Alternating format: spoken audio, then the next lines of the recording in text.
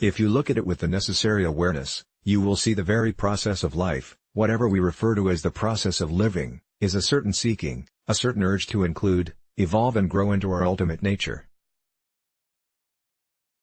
If you look at the most basic desires within you, like duality, shopping, wealth, knowledge or love, you will see that the fundamental desire is to include something or someone as a part of yourself.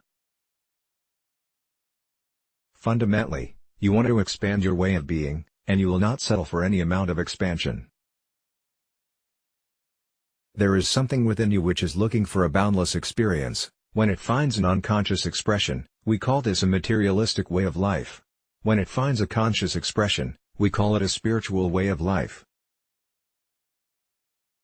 They are not different, they are in no way conflicting with each other. It is just that one is an unconscious process, another is a conscious process. One is walking with your eyes closed, another is walking with your eyes open. That's all the difference is, this longing for oneness or this longing to include everything as a part of yourself. When it finds a basic physical expression, we call it with. You are desperately trying to become one with someone. However hard you try, it doesn't happen. There are moments when it makes you feel like you are one, but the next moment everything is separate.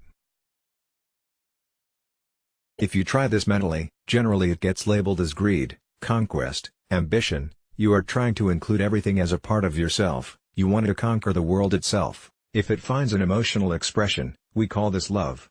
If it finds a conscious expression, we call this yoga.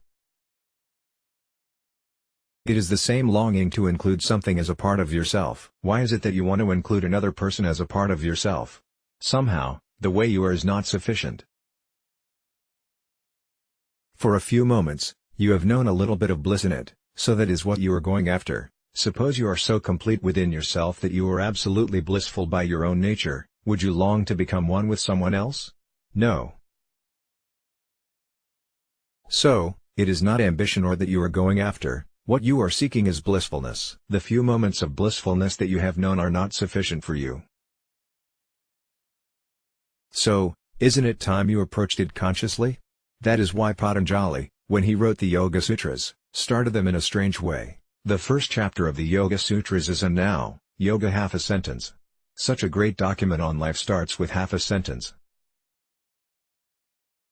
Intellectually, it does not make any sense. But experientially what it is saying is, if you still believe that building a new house, or finding a new wife, or getting your daughter married will settle your life, it is not yet time for yoga. But, if you have seen money, power, wealth and pleasure, you have tasted everything in your life and you have realized that nothing is going to work in the real sense and fulfill you ultimately, then it is time for yoga. Sadhguru is a yogi, mystic, a best-selling author and poet. He was conferred the Padma Vibhushan in 2017. Aisha.sadhguru.org. Let's block ads. Why?